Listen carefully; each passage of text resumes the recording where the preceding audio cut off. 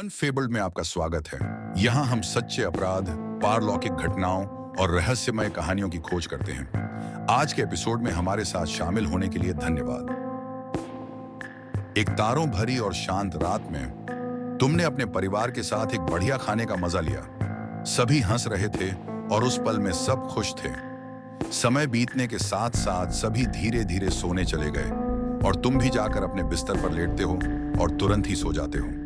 अचानक एक अजीब सी आवाज से तुम्हारी नींद टूट जाती है। जब तुम धीरे धीरे अंधेरे में अपनी आंखें खोलते हो और फिर धुंधली रोशनी में आखिरी चीज जो तुम देखते हो वो एक परछाई जो अपने हाथ में हथौड़ा उठाए खड़ी है। तुम्हारी सांस रुक जाती है और डर तुम्हें जकड़ लेता है। ये अमानवीय राक्षस के पीड़ितों ने शायद कुछ ऐसा ही अनुभव किया होगा।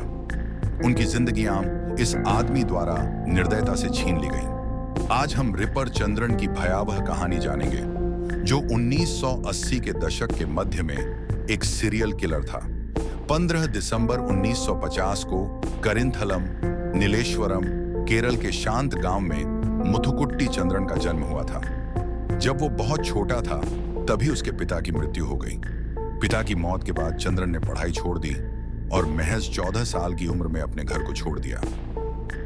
कर्नाटक में भटकते हुए चंद्रन का जीवन एक अंधेरी राह पर चला गया। वो चोरी करने लगा, किसी तरह इस दुनिया में जिंदा रहने की कोशिश करते हुए। इस दौरान चंद्रन की मुलाकात थिमैया नामक एक व्यक्ति से हुई।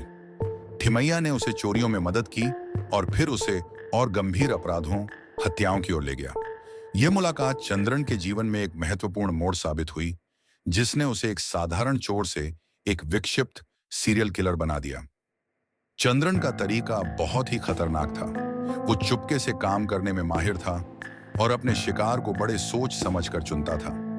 हाईवे और रेलवे लाइनों के पास स्थित घर ऐसी जगहें जो सुरक्षित लगती थीं, लेकिन वास्तव में असुरक्षित थीं। वो रात को हमला करता, अंधेरे का फायदा उठाता, जब लोग सबसे अधिक असहाय होते। हथौड़े से लैस चंद्रन एक छाया की तरह चलता। उसके कदमों की आहट बमुश्किल ही सुनाई देती, जो उसकी खौफनाक उपस्थिति को अदृश्य बना देती थी। हमला करने के लिए वो ठंडी और सटीक गणना के साथ सोए हुए लोगों के पास पहुंचता और फिर अचानक हथौड़े की भयानक आवाज से शांति टूट जाती। एक वार, कभी कभी दो पर्याप्त होते थे। इस विधि ने उसे तेजी से और खामोश हत्याएं सुनिश्चित की और अंधेरे में वापस गायब होने में सक्षम बनाया, जिससे उसे रिपर चंद्रन का नाम मिला। 1 साल के अंतराल में चंद्रन ने 14 निर्दोष लोगों की जान ली। रिपर का आतंक 10 सितंबर 1985 को कासरगोड जिले की एक महिला की नृशंस हत्या से शुरू हुआ। यह उसकी पहली झात हत्या थी। सिर्फ 1 महीने बाद उसने मंजेश्वरम में एक परिवार के 3 सदस्यों पर बड़ी बेरहमी से हमला किया और उनके सिर पर कुदाल से वार करके उन्हें मार दिया।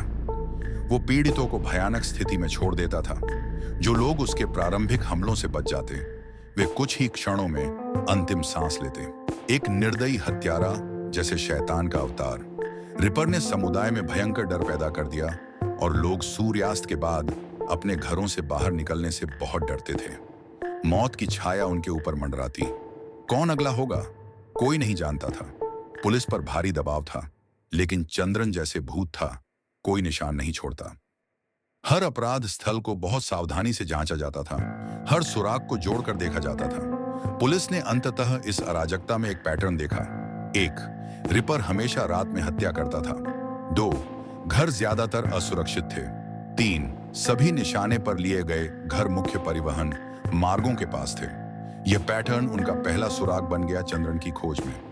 जैसे जैसे जांच आगे बढ़ी, बचे हुए पीड़ितों और चश्मदीद गवाहों ने महत्वपूर्ण जानकारी प्रदान की, जिससे रिपर चंद्रन की प्रोफाइल बनाने में मदद मिली।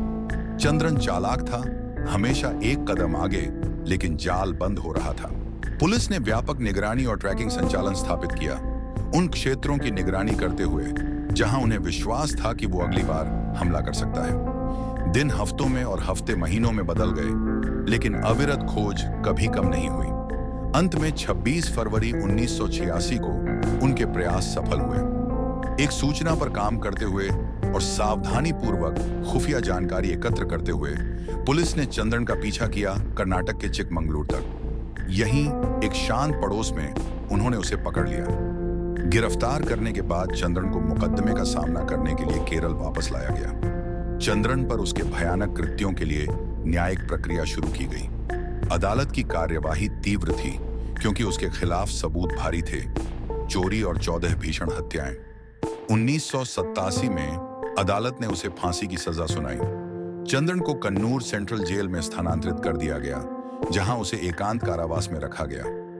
अपनी सजा के दौरान चंद्रन ने मृत्युदंड से बचने के लिए कई बार अपील की, लेकिन उसकी सभी कोशिशें असफल रहीं। उसका साथी थिमैया, जिसे शुरू में मृत्युदंड दिया गया था, बाद में बरी कर दिया गया। 6 जुलाई 1991 को चंद्रन को कन्नूर सेंट्रल जेल में फांसी दी गई। उस समय कोई जल्लाद उपलब्ध नहीं था, इसलिए फांसी जेल के अधीक्षक द्वारा दी गई, जिससे उसके आतंक के शासन का अंत हो गया और लोगों ने आखिरकार राहत की सांस ली, क्योंकि अब उन्हें अंधेरे में छिपे किसी राक्षस से डरने की जरूरत नहीं थी।